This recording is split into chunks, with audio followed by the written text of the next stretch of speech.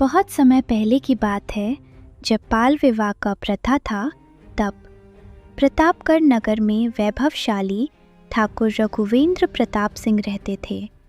उनके पास सोने चांदी की कमी ना थी, पर उन्हें अपनी पुत्री राधा सबसे प्रिय थी। राधा की सुंदरता के आगे प्रतापगढ़ की सारी सुंदरियां पानी भरती थीं। उसी नगर में देव नाम का एक निर्धन युवक रहता था, जिसे प्यार से लोग गरीब आशिक कहते थे। उसके पास केवल एक स्वाभिमानी हृदय और वीणा बजाने की अद्भुत कला थी।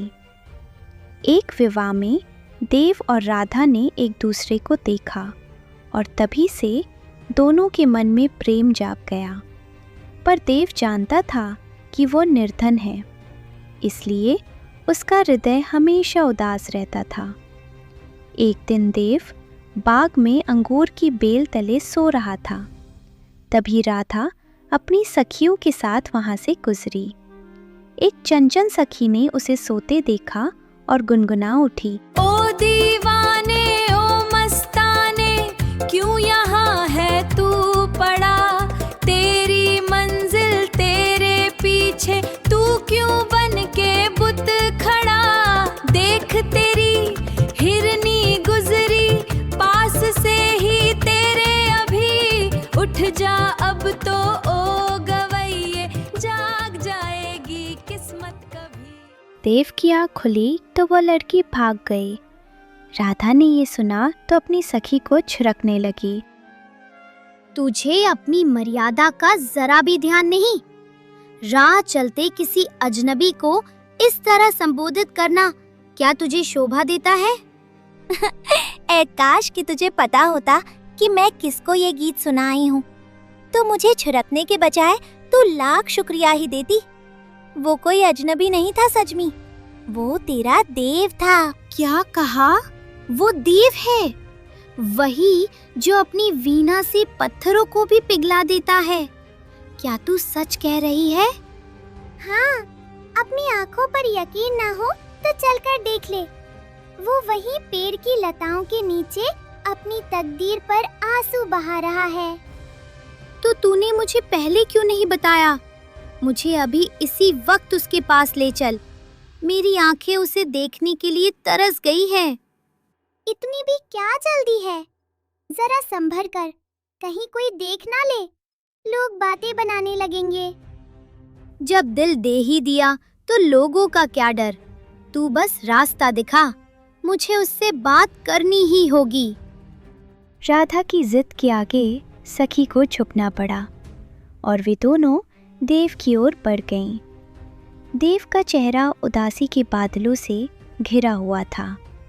राधा जब देव के पास पहुंची तो उसे उदास देखकर उसका मन भर आया। वो देव को सांत्वना देने लगी और उसका हाल जानने की कोशिश करने लगी। दुख का घूंट पीने के सिवा मैं और कर भी क्या सकता हूँ राधा? मेरी किस्मत की लकीरें मेरी गरीबी से शुरू होकर यही खत्म हो जाती है। ऐसी बातें क्यों करते हो देव? क्या प्रेम भाग्य से बड़ा है?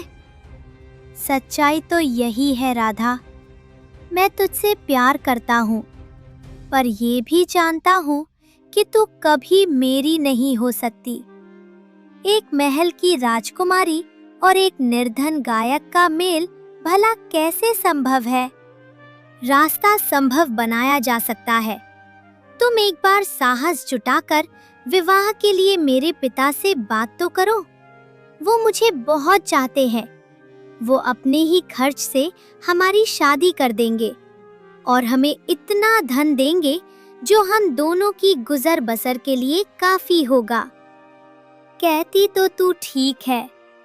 अपनी इकलौती बेटी की खुशहाली के लिए ठाकुर साहब कोई कमी नहीं करेंगे। लेकिन राधा, क्या तूने सोचा है कि आगे चलकर इसका परिणाम क्या होगा? इसमें बुरा क्या है? माता पिता अपनी संतान की मदद ही तो करते हैं। बात मदद की नहीं, स्वाभिमान की है। कौन जाने कल को तेरे मन में ये गुमान पैदा हो जाए कि मेरे पास अपना कुछ नहीं था और जो कुछ भी है वो सब तेरी बदौलत है। मैं तेरी आंखों में अपने लिए दया नहीं, सम्मान देखना चाहता हूँ। तो फिर तुम्हारे मन में क्या चल रहा है? मुझे साफ साफ बताओ। मैंने अपनी रूह को एक फर्ज सौंप दिया है। मैं प्रतिज्ञा करता हूँ कि 11 साल तक मैं दुनिया की खाक छानूंगा। या तो मैं अपने पुरुषार्थ से धन दौलत जमा करूंगा या फिर दूर किसी जंगल में गुमनाम खत्म हो जाऊंगा। अगर तुझे ये मंजूर हो तभी इस अवधि के बाद मैं तेरा हाथ थामूंगा। 11 साल? ये समय तो एक युग जैसा लंबा है देव। पर अगर तुम्हारा स्वाभिमान इसी में है तो मैं राजी हूँ। लेकिन मेरी एक बात याद रखना, अगर तुम नियत तिथि को वापस नहीं लौटे तो पिताजी मेरा विवाह रणविजय से कर देंगे, जो एक मुद्दत से मेरा हाथ मांग रहा है। मुझे मंजूर है। अगर मैं 11 साल में लौट आया तो शान से आऊंगा, वरना विधाता की जो इच्छा। देव वहां से भारी कदमों से अपने घर पहुंचा।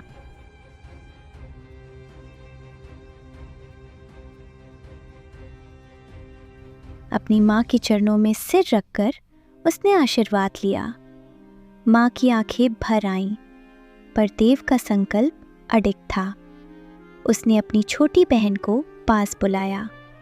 छोटी, अब इस घर की जिम्मेदारी और माँ का ख्याल तुझे ही रखना है। मैं बहुत दूर जा रहा हूँ।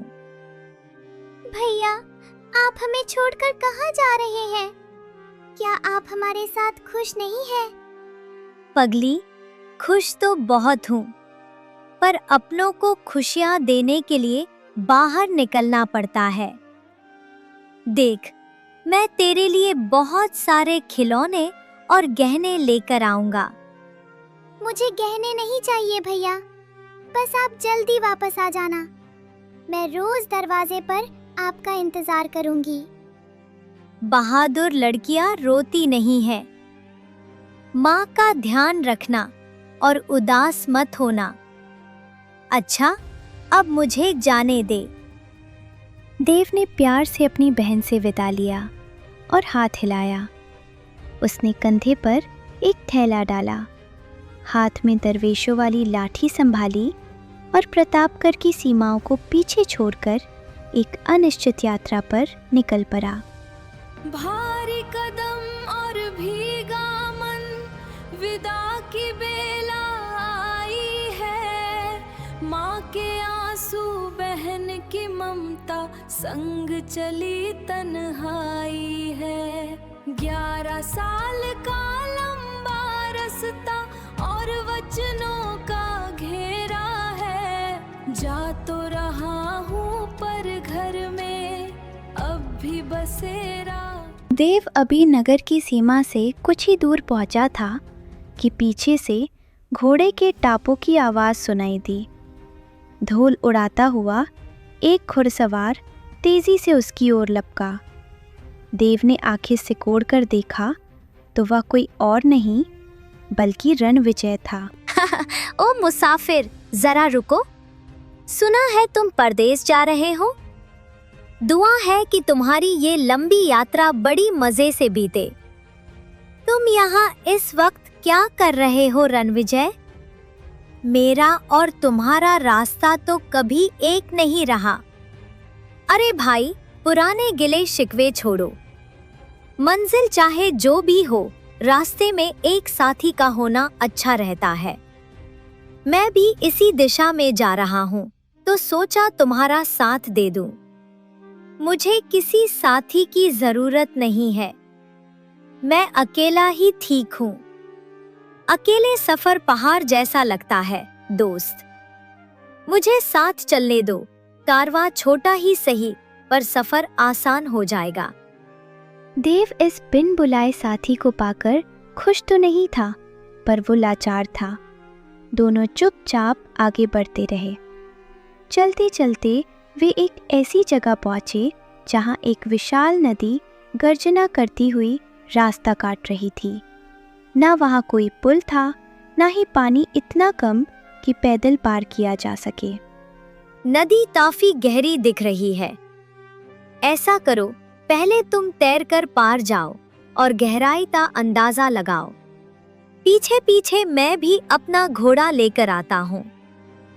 ठीक है, पर तुम संभल कर आना। बहाव तेज है। तुम मेरी फिक्र छोड़ो, बस तुम सुरक्षित उस पार पहुंचो। देव ने अपने कपड़े उतारकर किनारे रखे और नदी में छलांग लगा दी। कड़ी मशक्कत के बाद जब वो दूसरे किनारे पहुंचा और मुड़कर देखा तो उसके पैरों तले जमीन खिसक गई।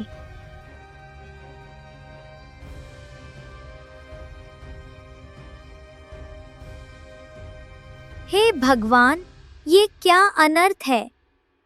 रणविजय, रुको। तुम मेरे कपड़े लेकर कहाँ भाग रहे हो? रणविजय ने एक न सुनी। वो देव के कपड़ों की पोटली दबाकर घोड़े को सरपट दौड़ाते हुए वापस प्रतापगढ़ की ओर लपका जा रहा था। पीछे केवल धूल का गुबार रह गया था, जो किसी जहरीले सांप की लकीर जैसा लग रहा था। रणविजय सीधा देव के घर पहुंचा।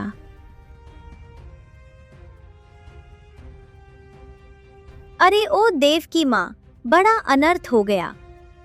तेरा बेटा देव वो गहरी नदी पार करते हुए डूब मरा। मैं उसे बचा न सका। नहीं, ये नहीं हो सकता। मेरा लाल मुझे छोड़कर नहीं जा सकता। तू झूठ बोल रहा है। झूठ बोलकर मुझे क्या मिलेगा? ये देख उसके कपड़े जो किनारे पर पड़े मिले। वो अब इस दुनिया में नहीं रहा। माँ पर जैसे दुखों का पहाड़ टूट पड़ा। वो उन कपड़ों को सीने से लगाकर फूट फूट कर रोने लगी। फिर वही हाल में कपड़े लेकर वो अपनी भावी बहू राधा के पास पहुंची। बेटी, सब खत्म हो गया। मेरा बेटा नदी में डूबकर मर गया। रणविजय उसके ये आखिरी निशान लेकर आया है। अब तू आजाद है, चाहे तो दूसरा घर बसा ले। माँ, आप भी कैसी बातों पर यकीन कर लेती हैं? क्या आपको अपने बेटे पर और मुझे अपने प्रेम पर भरोसा नहीं? पर ये कपड़े, रणविजय की गवाही। रणविजय के शब्द केवल एक मनगढ़ंत जाल है। वो जीवित है माँ, मेरा दिल कह रहा है। और जब तक 11 साल की वो अवधि पूरी नहीं हो जाती, मैं किसी और को अपना पति स्वीकार नहीं कर सकती। पर 11 साल बहुत बड़ा इंतजार है बेटी। इंतजार ही तो प्रेम की कसौटी है। आप चिंता न करें, वो लौटेगा। राधा ने धीरज बंधाते हुए बेड पर रखी बांसुरी उतार ली और देव की वही प्रिय धुन बजाने लगी, जो विरह की शाम को भी उम्मीद की रोशनी से भर देती थी। नदी के उस पार हमारा मुसाफिर देव पूरी तरह बेसहारा था। नंगे पांव और नंगे बदन वो कांटों और पत्थरों पर चलता हुआ पास के एक गांव में पहुंचा। वहां के नेक दिल लोगों ने जब उसकी हालत देखी तो उनका कलेजा मुंह को आ गया। उन्होंने उसे तन ढकने को कपड़े दिए और पेट भरने को सूखी रोटी। भले मानसो, आपने इस अभागे की जो मदद की है, उसका बदला चुकाने की सामर्थ्य तो मुझ में नहीं है, पर मैं एक गवैया हूँ। अगर आप कहें तो कुछ गीत सुना दूं? बेटा, हमने किसी स्वार्थ में तेरी सेवा नहीं की, पर अगर तेरे कंठ में सरस्वती का वास है तो हमें धन्य कर दे। देव ने जब अपनी जादुई आवाज में तराने छेड़े तो पूरा गांव मंत्रमुग्ध हो गया। इसी तरह वो एक गांव से दूसरे गांव और एक नगर से दूसरे नगर बढ़ता गया। धीरे धीरे उसकी शोहरत की खुशबू हवाओं में तैरने लगी।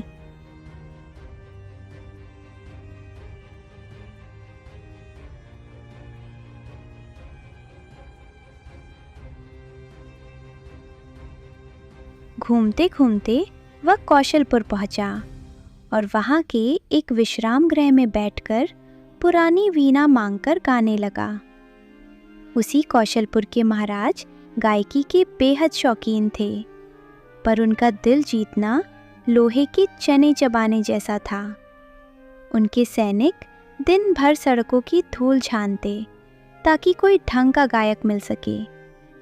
तभी अचानक विश्राम गृह के पास से गुजरते सैनिकों के कानों में देव की जादुई तान पड़ी। वे बिजली की तरह भीतर लपके। ए बालक, उठ और अभी हमारे साथ महाराज के दरबार में चल। उन्होंने तुझे याद किया है। पर मुझे तो महाराज से कोई काम नहीं है। मैं अपनी धुन में मस्त हूँ और यही खुश हूँ। तू शायद जानता नहीं कि तू किससे बात कर रहा है। ये महाराज का हुक्म है। इनकार किया तो सीधा काल कोठरी का दंड भुगतना पड़ेगा। मैं ठहरा आजाद लड़का। प्रतापगढ़ मेरा घर है और मुसाफिरी मेरा रोजमर्रा। मेरा जी करेगा तो जाऊंगा, वरना नहीं। मैं अपनी मर्जी का मालिक हूँ और गाता भी तभी हूँ जब मेरा मन होता है। तुम्हारे महाराज मेरे कोई मालिक नहीं लगते। जबान बहुत चलती है तेरी। अब तू अपनी मर्जी से नहीं, हमारी जंजीरों की मर्जी से चलेगा। सैनिकों ने जबरदस्ती उसे पकड़ा और घसीटते हुए दरबार में ले गए। महाराज ने सिंहासन से गरज कर कहा, गाओ। देव ने गाना शुरू किया और वो गीत क्या था? वो तो राधा के रूप की आरती थी। स्वर्ण के महलों में क्या रखा, अगर मन में प्रीत न हो। वह संगीत ही कैसा स्वामी, जिसकी अपनी जीत न हो। राधा के मुख की आरती मेरे सुर में बसती है। कौशलपुर की चकाचौंध मेरी रूह तरसती है। महाराज का गर्व चूर चूर हो गया। उन्हें ऐसा संगीत पहले कभी सुनने को नहीं मिला था।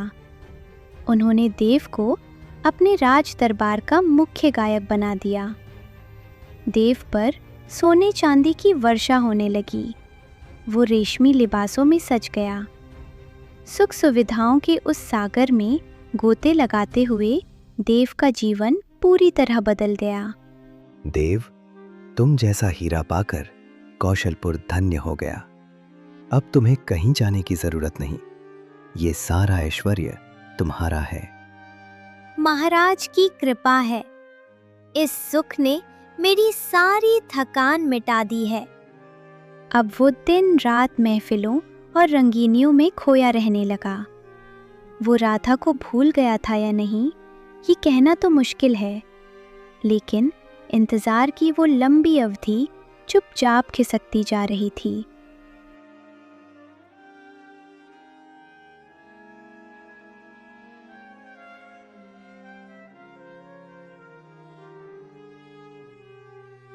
ग्यारह साल का आखिरी साल अब खत्म होने को था, पर देव को यहाँ के वैभव से विदा होने की सुध तक न थी। मानो कौशलपुर की चकाचौंध ने उसकी यादों पर धुंध की एक मोटी चादर चढ़ा दी हो।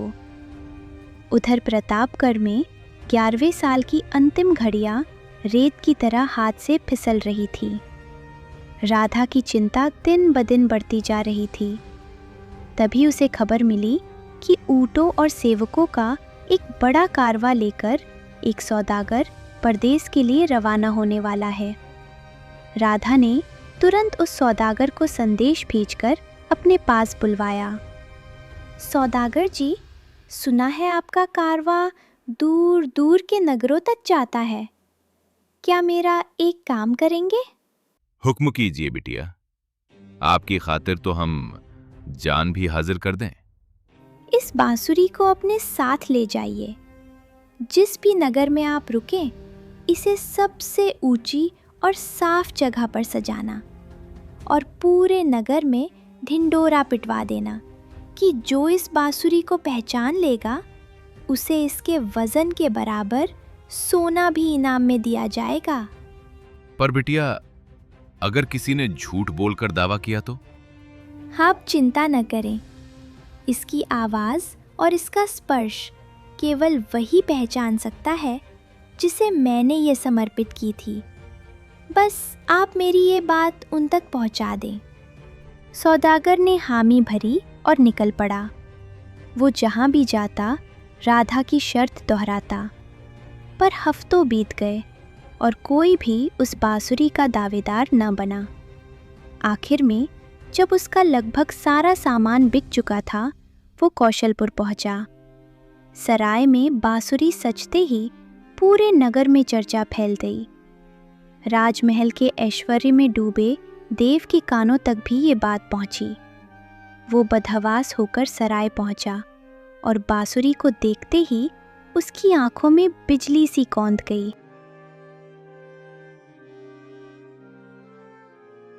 हटो सब, ये मेरी है, ये बांसुरी मेरी है। उसने झपटकर बांसुरी को अपने हाथों में दबोच लिया, जैसे वो कोई बांसुरी नहीं बल्कि उसकी खोई हुई याददाश्त हो। बेशक देव, ये तेरी ही है। मैं तुझे पहचान गया हूं। तुम मुझे जानते हो? और ये बांसुरी, ये यहां कैसे? राधा ने इसे भेजा था। उसने कहा था कि नियत अवधि खत्म होने वाली है। देव, तुम यहां सुख सुविधाओं में सोए रहे और वहां समय हाथ से निकल गया।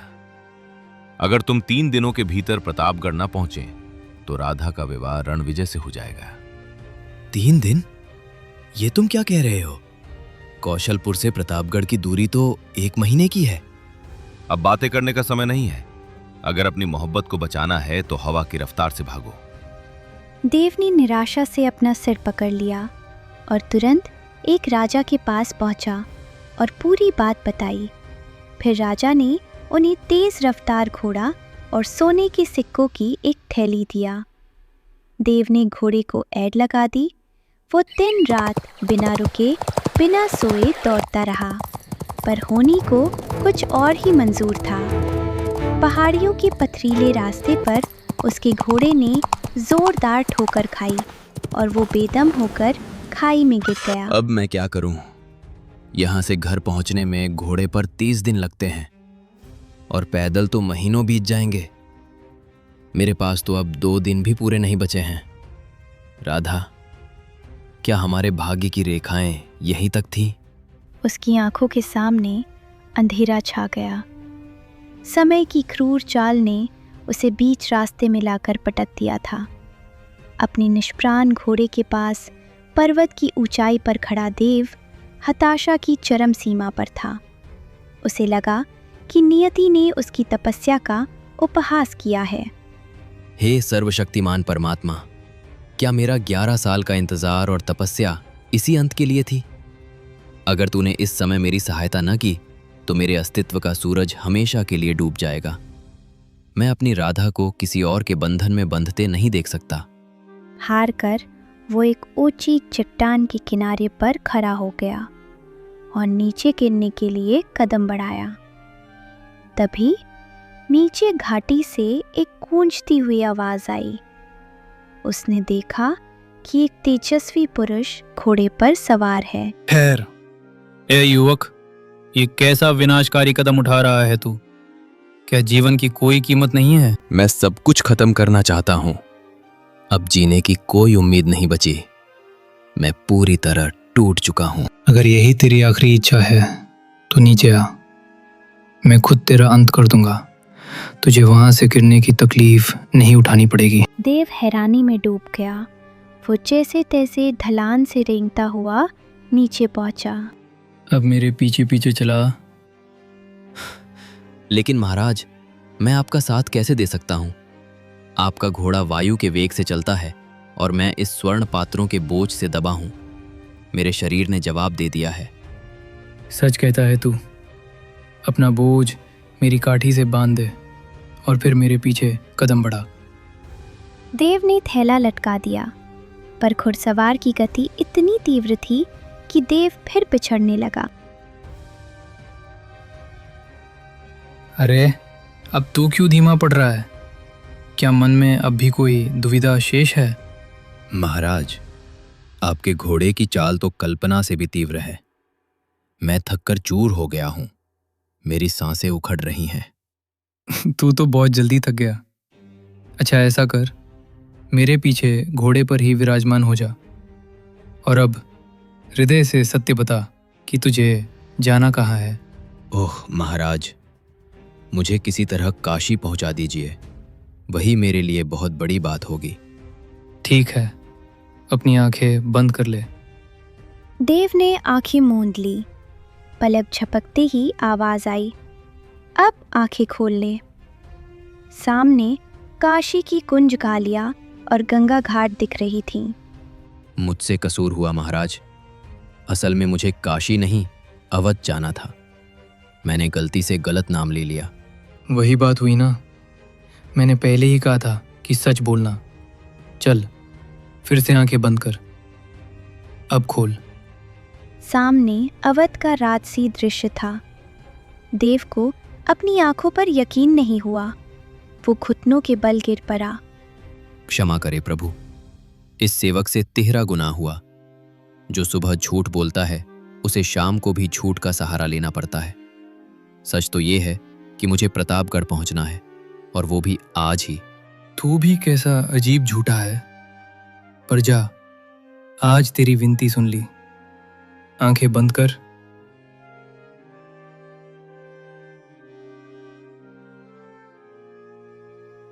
अब खोल। एक क्षण बाद देव ने आंखें खोली तो वो प्रतापगढ़ के मुख्य द्वार पर खड़ा था। देव की खुशी का ठिकाना ना रहा। उसने काठी से अपना थैला उतारा और कृतज्ञता से भर गया। आपका ये उपकार महान है, पर महाराज एक और प्रार्थना है। अगर मैं किसी से कहूँगा कि मैं एक दिन में यहाँ पहुँचा हूँ तो कोई मुझ पर विश्वास नहीं करेगा। मुझे कोई ऐसी निशानी दीजिए जिससे मैं अपनी सच्चाई साबित कर सकूं। झुककर मेरे घोड़े के खुरतले की मिट्टी एक मुट्ठी उठा ले। इसे अपने दामन में छिपा कर रख।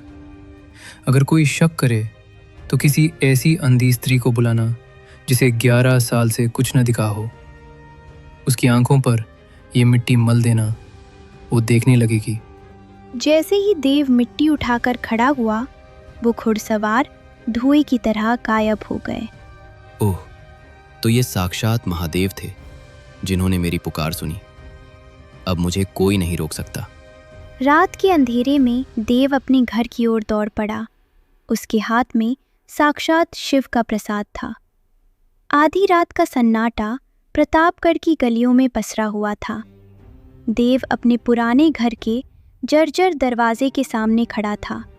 उसका हृदय धड़क रहा था। उसने कांपते हाथों से किवाड़ खटखटाए।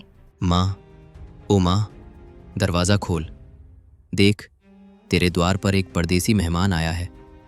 भगवान के लिए किवाड़ खोल दे माँ। मैं भूख और पाले से बेहाल हूँ। ए मुसाफिर, यहाँ क्या ढूंढ रहा है? राहगीरों को शरण देने के लिए शहर में बड़े बड़े अमीरों की हवेलियां हैं। आज तो पूरा नगर ब्याह शादियों से सजा है। तू वहीं क्यों नहीं जाता? वहां तुझे खाना भी मिलेगा और बिस्तर भी। माँ, इस नगर में मेरा कोई ठिकाना नहीं है। मैं किसी को नहीं जानता। अपने उस बेटे के नाम पर रहम कर जो मुसाफरी पर निकला है। बस आज की रात मुझे पनाह दे दे। माँ, बेचारा कितनी देर से विनती कर रहा है। बाहर बहुत ठंड है। मैं उठती हूँ और उसके लिए दरवाजा खोल देती हूँ। बैठ जा नाकारा लड़की। किसी गैर जवान को देखते ही तेरी लार टपकने लगती है।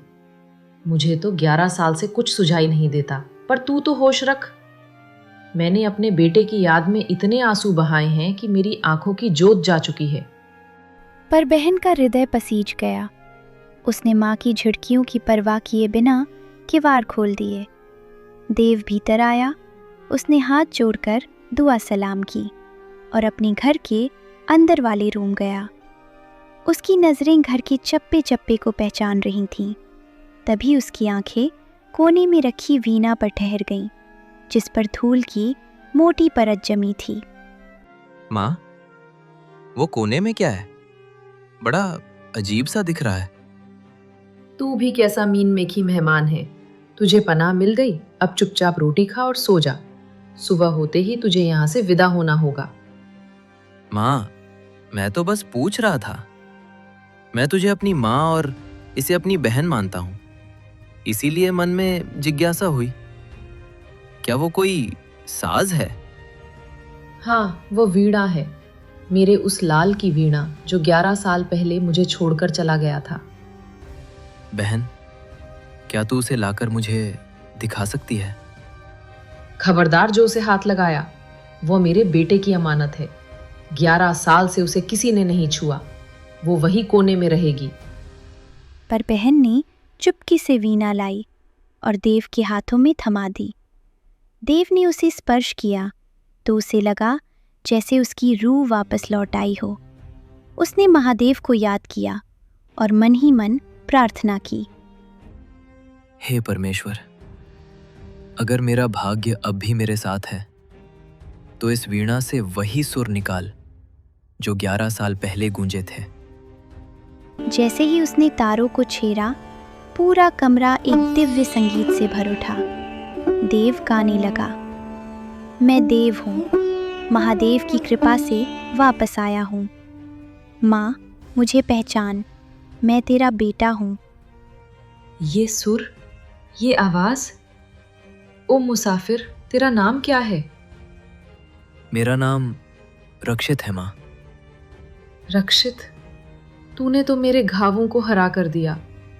तेरी आवाज मेरे बेटे जैसी है, पर तू वो नहीं हो सकता।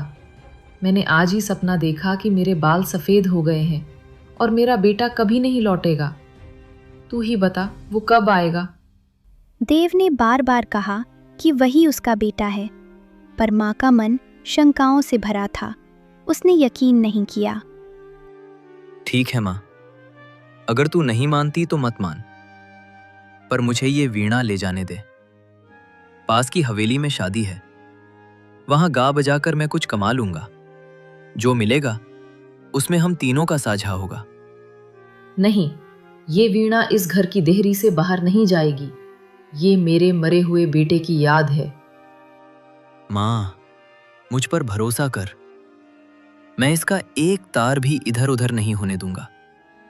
अगर कुछ हुआ तो मेरी ये थैली जो सोने के सिक्कों से भरी है तेरी हो जाएगी। बुढ़िया ने जब सिक्कों की खनक सुनी और थैली को टटोला तो वो मान गई। बहन उसे रास्ता दिखाने बाहर आई और उसे उस हवेली के पास छोड़कर द्वार पर खड़ी हो गई, जहाँ रोशनी और शहनाइयों का शोर था। वही हवेली जहाँ आज राधा की किस्मत का फैसला होना था। हवेली दीपमालाओं से सजी थी, पर राधा के मन में गहरा अंधकार था। आज वो रात थी जब उसे रणविजय की पत्नी बनना था। वो एक महीन पर्दे के पीछे अपनी सखियों के साथ बैठी थी। उसके एक हाथ में जहर भरा प्याला था और दूसरे में तेज खंजर। तभी महफिल के शोर को चीरती हुई एक आवाज आई। पर्दे की ओट में राधा ने सुना कि कोई अजनबी आया है। नमस्कार, भगवान आप सबको राहत दे। आप यहाँ दावत उड़ा रहे हैं और खुशियाँ मना रहे हैं, ये देखकर अच्छा लगा। कौन हो तुम मुसाफिर, और यहाँ क्या चाहते हो? मैं एक गरीब राहगीर हूँ, मुझे भी यहाँ बैठने की इजाज़त दें। मैं आपको अपनी वीणा और गीत सुनाकर खुश कर दूंगा। क्यों नहीं, ये शादी का मौका है। गाने और नाचने वालों को भला कौन मना करेगा। तू भी कुछ सुना, मैं तुझे अंजलि भर सोना देकर विदा करूंगा। पर पहले ये बता, तेरा नाम क्या है राहगीर? महाराज, मेरा नाम है शीघ्रबोध। वाह, क्या नाम है, शीघ्रबोध। ऐसा नाम तो मैंने पहली बार ही सुना है। इसका क्या अर्थ हुआ? अर्थ बड़ा सरल है। जन्म से पहले जब मेरी माँ के पेट में पीड़ा शुरू हुई तो पड़ोसी दरवाजे पर आते और पूछते भगवान ने क्या दिया है, और उन सब को एक ही जवाब मिलता, शीघ्रबोध, यानी तुम्हें जल्दी ही पता चल जाएगा। बड़े हाजिर जवाब हो। अच्छा, अब अपनी वीणा का हुनर दिखा। देव ने वीणा उठाई और गाना शुरू किया।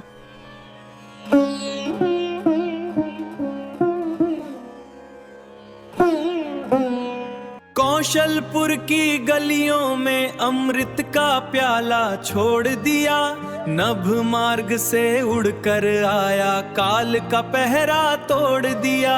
भोर की पूजा काशी में, अवध में बीती दोपहरिया, सांझ ढले मैं आ पहुंचा हूँ अपनी राधा की नगरिया।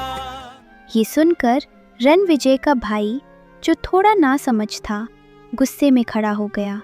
तू झूठ बोलता है। कौशलपुर यहाँ से 1 महीने की दूरी पर है। वहां से यहाँ तक कोई 3 दिन में कैसे आ सकता है? तू हमारा अपमान कर रहा है। लेकिन तूने ये खंजर क्यों निकाल लिया है भाई? गायकों के लिए ये एक आम बात है। चाहे यकीन कर चाहे ना कर, ये तो तेरी मर्जी है। बिना सबूत के मैं तेरी बात नहीं मानूंगा। देव ने फिर से गाना शुरू किया और इस बार आवाज और ऊंची कर दी।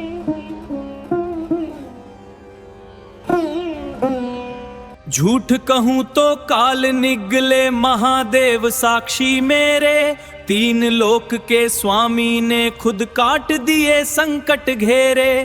11 बरसों का तप जागब मिटा विरह का क्लेश है, पहचान मुझे ओ दुनिया वालों, मैं ही तुम्हारा देव है।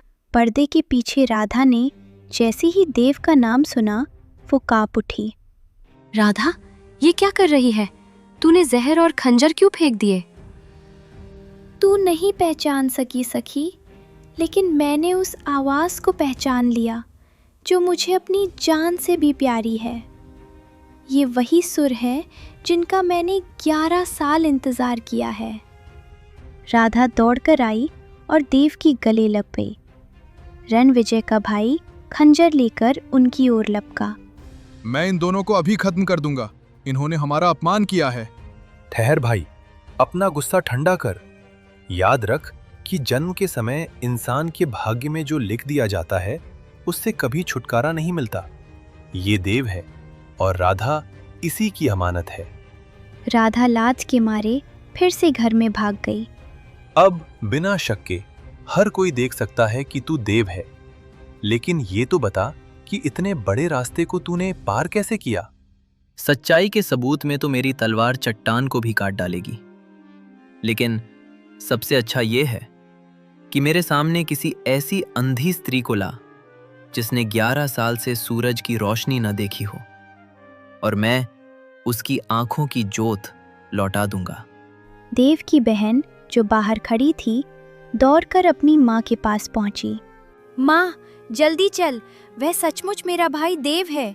वह चमत्कार दिखा रहा है।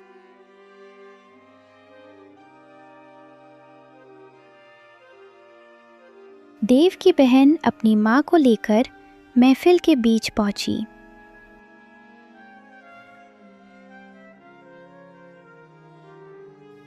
कहाँ है मेरा लाल? क्या सच में ये चमत्कार संभव है? हाँ माँ, तुम सब लोगों के सामने अब ये जाहिर हो जाएगा कि महादेव कितने महान हैं। देव ने अपने लबादे के भीतर से मिट्टी निकाली, पानी में घोली और अपनी माँ की आंखों पर लेप दी। ओह मेरे ईश्वर, मुझे सब दिख रहा है। देव, मेरा बेटा, तू लौट आया। पूरी महफिल में महादेव के जयकारे लगने लगे। रणविजय का संदेह भी दूर हो गया। देव, मैं हार मान चुका हूं। राधा तुम्हारी है। सुनो रणविजय, मैं तेरी भी तसल्ली करूंगा। मेरी बहन इस दुल्हन से किसी तरह भी घटकर नहीं है। मैं अब अमीर हूं, सो वो भी चांदी सोने से उतनी ही लदी होगी। सो तू उसे अपनी पत्नी के रूप में स्वीकार कर।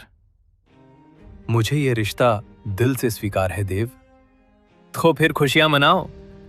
भगवान तुम दोनों को भी उतनी ही खुशी दे जितनी कि मुझे अपनी राधा को पाकर हुई है। हवेली में शहनाइयाँ फिर से गूंज उठी और दोनों जोड़ों का विवाह संपन्न हुआ।